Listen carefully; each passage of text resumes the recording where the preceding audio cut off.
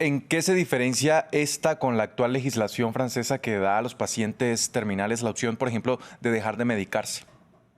Sí, bueno, es que desde 2005, justamente con la ley Leonetti y después justamente con la adaptación que fue de 2016, creo, de una ley que es la de Leonetti, entonces, donde permitía a los pacientes desde el inicio un acompañamiento, un derecho justamente de acompañamiento a la muerte, pero obviamente no tenía pensado el tema de muertes, el tema de eutanasia que se está hablando. Pero eso no viene de Macron, es decir, que fue una convención ciudadana, escogidos, que eran creo 185 que fueron escogidos el año pasado, donde les preguntan recomendaciones, ¿qué usted piensa que tenemos que modificar justamente esas leyes que estaban en curso? Y después de varias sesiones, de que duró unos meses, se entregó un informe que normalmente tenía que pasar como proyecto de ley el año pasado y finalmente habían dicho que este año para el mes de abril va a haber. Entonces ahora es como es un momento también de campaña electoral, no hay que taparse los ojos con el tema europeo. Entonces Francia quiso mostrar justamente una parte más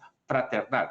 Entonces, mostrando que es un país que propone una ley sobre eutanasia, que consacra el derecho al aborto en su constitución, que está demostrando un enfoque más progresista, incluyente de los derechos reproductivos y de la final de la vida. ¿Se refiere a que esto podría utilizarse como un tema político de cara a estas elecciones europeas? Y sí, yo creo que también, porque como digo, estaba previsto, es decir, que en el mes de abril todo el mundo está esperando esta ley, porque la Convención Ciudadana, como digo, ya había tenido estas recomendaciones. Lo que habló es y las líneas rojas que dice Macron, que es bastante importante. Recordamos que muchos franceses en este momento están, ¿cómo se llama? Se están ayudando a morir en Suiza y en Bélgica, donde esos países permiten. Entonces es muy permisivo. En Francia justamente él puso una línea roja, primero, bueno, obviamente lo que la recomendación que había dicho justamente esta Convención Ciudadana, no para los adolescentes, no para la gente que tiene problemas neurológicos, entonces es solamente la gente que está sufriendo y que está en fase final.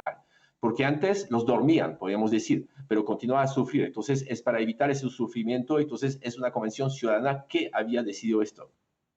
Philippe, cuando Macron dice que no se trata de un suicidio asistido ni de una eutanasia como tal, ¿a qué se refiere entonces? ¿Por qué hay cierta resistencia a utilizar estos términos?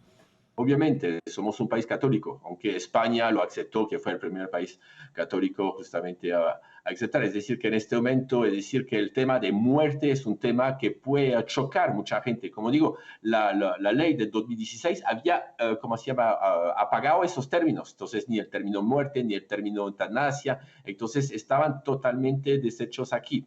Entonces, en este momento, como digo, la noción que la vida es sagrada, bueno, lo vimos con la influencia del Papa, el miedo a la muerte también que hay. Entonces, no había que utilizar estas palabras, entonces tiene que una dialéctica que sea más confiable, es decir, que es un acompañamiento, pero un acompañamiento final. Es decir, que Claro. sí se puede decir que es una eutanasia de todas maneras, pero eso va a permitir, porque los médicos, hay unos que lo están practicando y era totalmente ilegal.